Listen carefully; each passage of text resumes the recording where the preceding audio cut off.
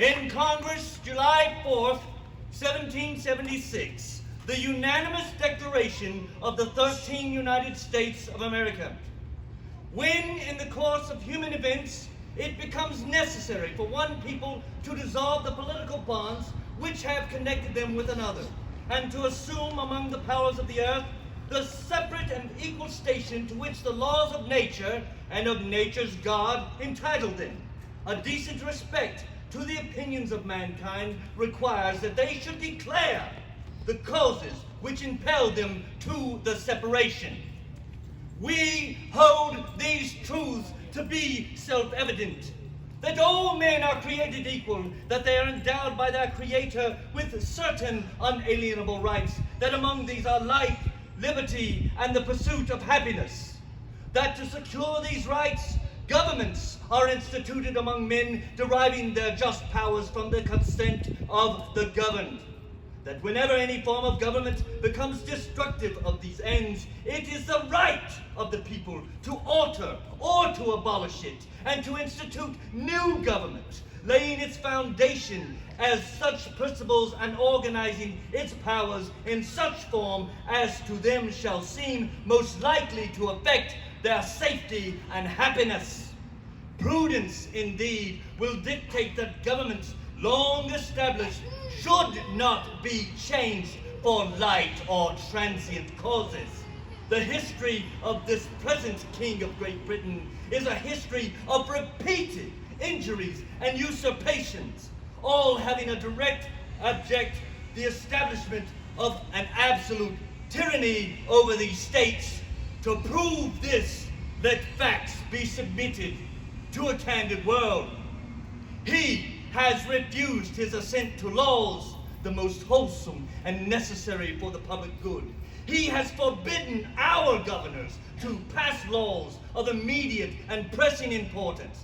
He has refused to pass other laws for the accommodation of large districts of people, unless those people would relinquish their right of representation in the legislature, a right inestimable to them and formidable to tyrants only. He has called together legislative bodies at places unusual, uncomfortable, and distant from the depository of the public records. He has dissolved representative houses repeatedly. He has refused for a long time to cause others to be elected. He has endeavored to prevent the population of these states for the purpose of obstructing the laws for naturalization of foreigners. He has obstructed the administration of justice. He has made judges dependent on his will alone. He has erected and sent hither swarms of officers to harass our people and eat out their substance. He has kept among us, in times of peace, standing armies without the consent of our legislatures. He has affected to render the military independent of and superior to civil power. He has combined with others to subject us to a jurisdiction foreign to our Constitution, for quartering large bodies of armed troops among us, for protecting them by a mock trial from punishment for any murders which they should commit on the inhabitants of these states, for cutting off our trade with all parts of the world, for imposing taxes on us without our consent, for depriving us, in many cases, of the benefits of trial by jury, for transporting us beyond the seas to be tried for pretended offenses, for abolishing the free system of English laws in a neighboring province, establishing therein an arbitrary government, for taking away our charters and altering fundamentally the forms of our governments, for suspending our legislatures. He has abdicated government here by declaring us out of his protection and waging war against us. He has plundered our seas, ravaged our coasts, burnt our towns, and destroyed the lives of our people. He is at this time transporting large armies of foreign mercenaries to complete the works of death, desolation, and tyranny.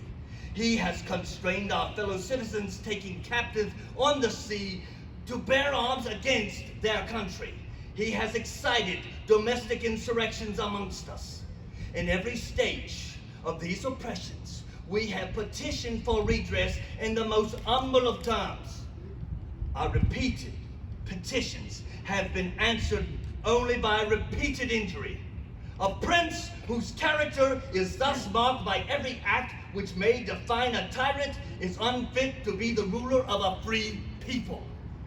We, therefore, the representatives of the United States of America in General Congress, assembled, appealing to the supreme judge of the world for the rectitude of our intentions, do, in the name and by the authority of the good people of these colonies, solemnly publish and declare that these united colonies are and of right ought to be free and independent states, that they are so absolved from all allegiance to the British Crown, and that all political connection between them and the state of Great Britain is and ought to be totally dissolved, and that as free and independent states, they have full power to levy war, conclude peace, contract alliances, establish commerce, and do all the other acts and things which independent states may of right do.